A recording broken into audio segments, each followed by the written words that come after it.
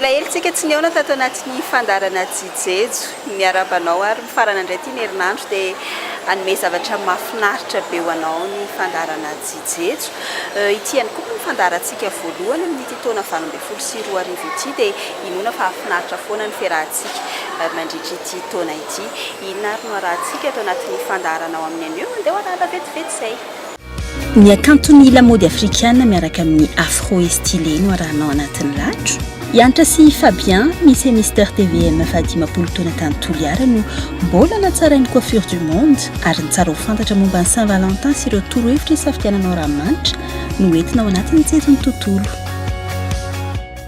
Tato anatin'ny heritaona teo na heritaona mahery dia lamody be mihitsy ny akanjo afrikana, ny lamba afrikana.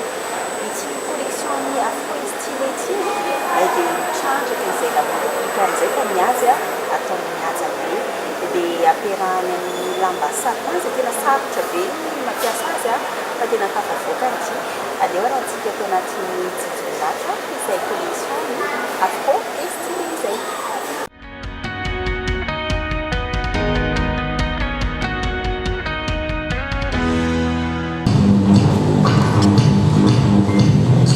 Mbola tsy tapitra akory ny akon'ny modus mode 2024 anisan'ny nandray anjarana vitrika ary naneo ny mamaty anazy eo amin'ny fiangalinan'ny wax ny afro stylé. Nisafidy ty karazana style ity ry zareo satria tia ny avotra ilay maha-afrikanina nefa tsy takona ihany koa fa malagasy ny mpamorona.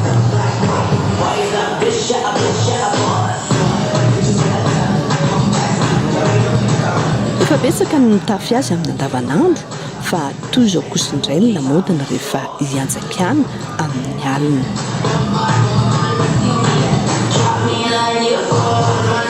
Afro stylé izay.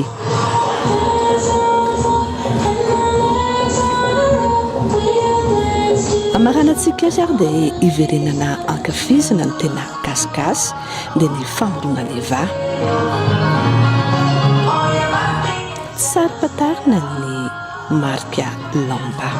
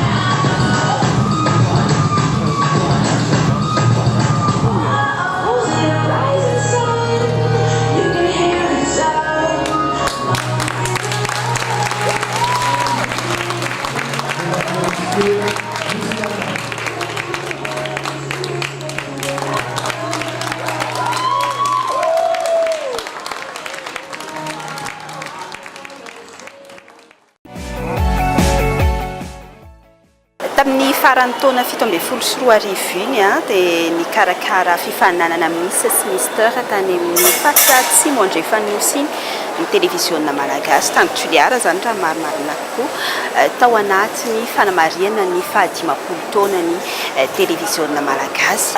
Niakatra teto Antananarivo ireo Miss sy Mister ny TVM tany Toliara ireo tamin'ity taona ity dia nentinay teto amin'ny jijejo novaina tao amin'ny coiffure du monde efa tsara ry zareo tena tsara zareo matoa Miss sy Mister zany fa mbola no atsaraina kokoa niaraka tamin'ny coiffure du monde ato anatin'ny jijejo vao.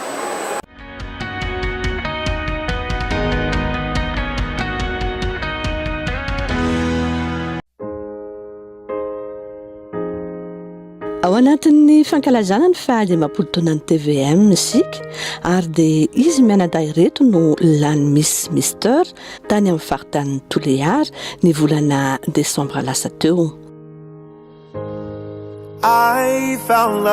Ianitra sy Fabien.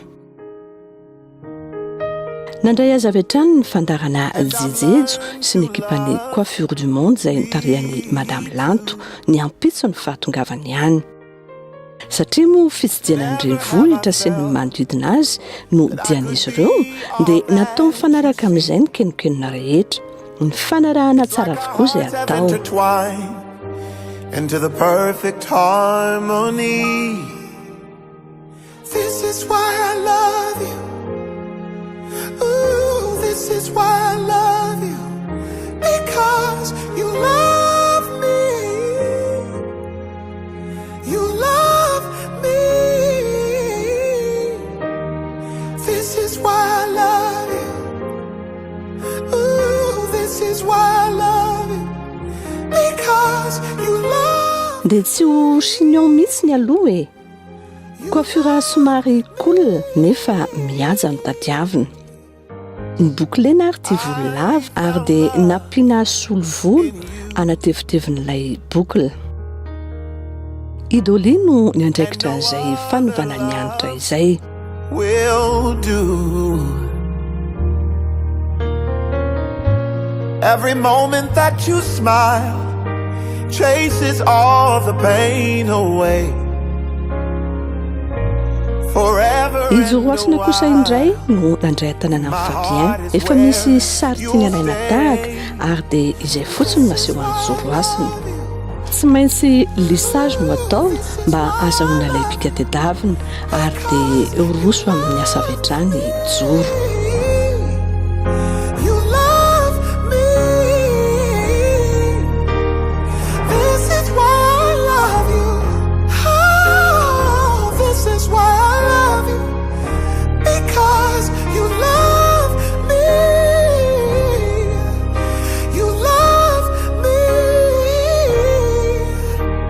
The stars have all aligned, and right now is the perfect time to say I love you, I love you, I love you, I love you, I love you, I do. This is why I love you. This is why I love you. Because you love me.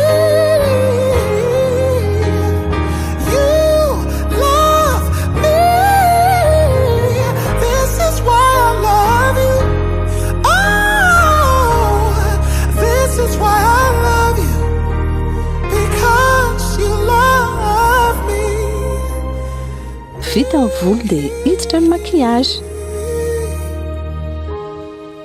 I fell love.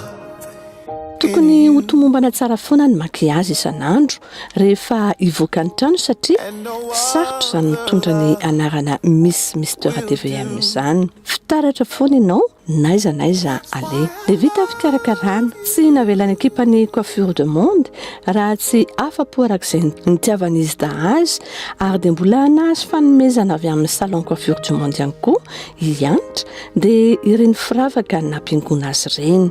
Dia fisaorana no nataon'izy menadamy tafotafo tamin'ny fandraisana azy teto amin'ny coiffure du monde Ambodivoana. In you. And I've learned to love me. Tendance, glamour,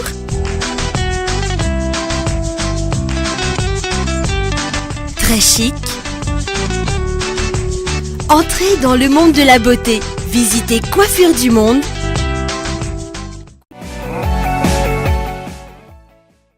Afaka efatrandro ny fetin'ny mpifankatizana hoe ny 14 febroary ny Saint-Valentin. Fantatrao fa efa tamin'ny taona 5 sy 7 tany no nanomboka no mariany izay fety ny mpifankatia izay maneran-tany taty aoriana izy dia lasa nivadika ho fety ara-barotra zany hoe fety commerciale ilay fety ny mpifankatia manararaotra ihany koa ny jejojejo rehetra rehefa Saint-Valentin toy izao satria mahazo an'izay iriny misy moa no firenena samihafa manana ny fomba fankalazany an'ity Saint-Valentin ity fa ny any ankamaroany aloha dia fanome fanomezana anisan'izany ny ranomanitra, ny chocolat, ny nounours, ny akanjo maro be dia be fa andehoarantsika eto anatin'ny jejony tontolo ary ny momba izay Saint-Valentin maneran-tany izay.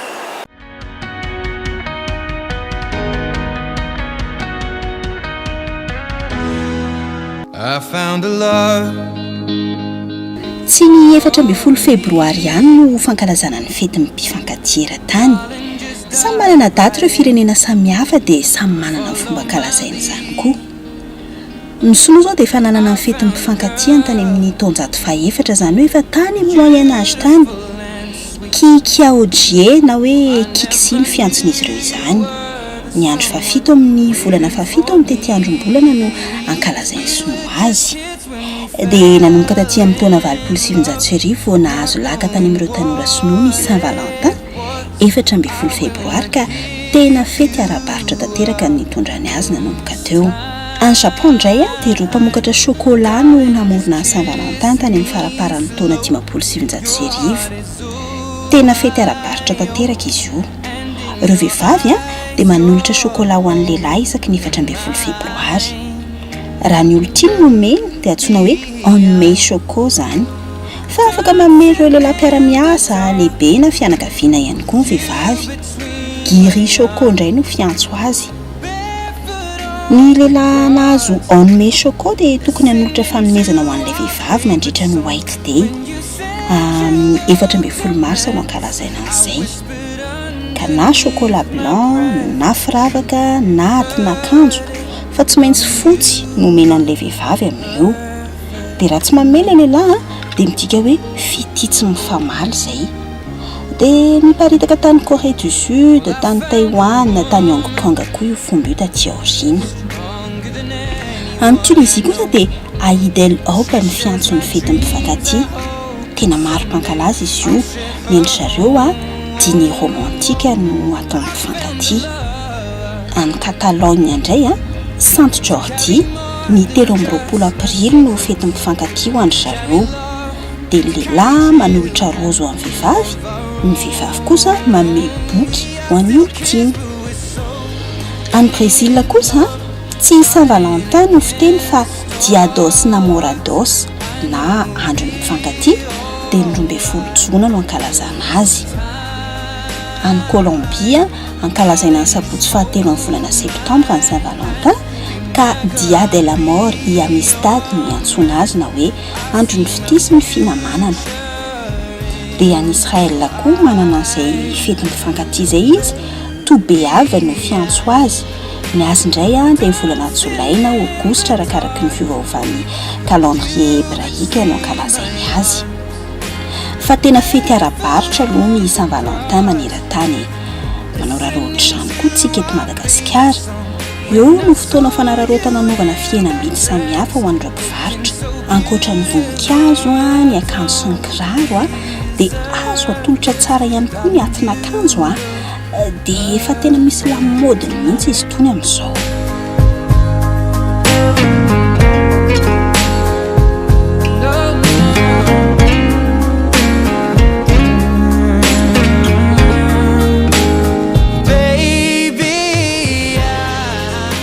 Fa eo koa ny ranomanitra izay inoana angamba fa ny 20 isanjato mpanaraka ny tsijejo ny mpankafy reto ary misy torohevitra kely raha te hanome ranomanitra ianao nefa tsy hitanao izay safidiany. Ny olona tsirairay avy dia samy manana ranomanitra mifanentana amin'ny toetrany. Ny anankiray izao hitako anisan'ny tian'ny vehivavy araka tenenao izay hoe sarisari-penatra misy an'ity hoe bosse femme ity. Ao anatin'ny filazany anazy moa famille olfactive dia ny famille olfactive ny floral fruité. Donc zavatra parfum somary malefadefaka ohatra misy fofona voankazo izay. mbola misy ihany koa ohatra hoe zao ty la vie est belle l'éclat ty parfum ny Lancôme misy ty anisan'ny farany navoakan'ny Lancôme izy ty zany dia natao an'ny vehivavy rehetra fa indrindra ho an'ny vehivavy jejojejo ty manara-damody ty rehefa ohatra mandalo izy dia eny le fofony eny aminazy ohatra ny akanjo rehetra ihany misy lamody isataona ny parfumeur mamoaka ranomanitra isataona.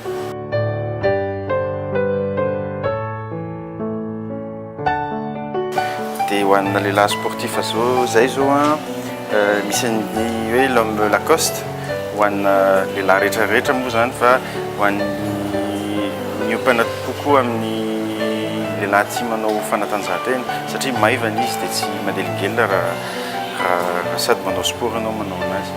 Ho an'ny zay moa ny avantagenay mpivarotra ranomanitra manana karazana ranomanitra zay safidianana ho an'ny araka le tenentsika teo hoe ho an'ny toetran'olona tsirairay dia ty atanako ty zao misy hoe la nuit de l'homme au électrique ranomanitra farany vokarin'ny Yves Saint Laurent dia natokana ho an'ny lehilahy ty mamonjy lanonana ty mivoaka mandeha boîte de nuit ty mandeha soirée dia natokana ho an'izay fa nefa ny mety koa nefa izy na ho an'ny lehilahy ohatra hoe entina miasa izy.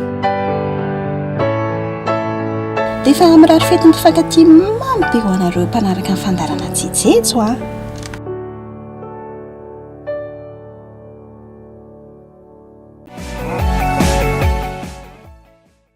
Eny ary dia iny ihany koa no mety nananakatonana ny fandarana jejejo tamin'ity sabotsy alina ity afaka efatrandro ampatsahivina ihany ny Saint-Valentin na ny fety mifankatia dia samy jejejo daholo amin'ny fotoana io mandrapatonga ny amin'ny herinandro any ihany koa dia samy jejejo daholo tsika rehetra re mandra-piona.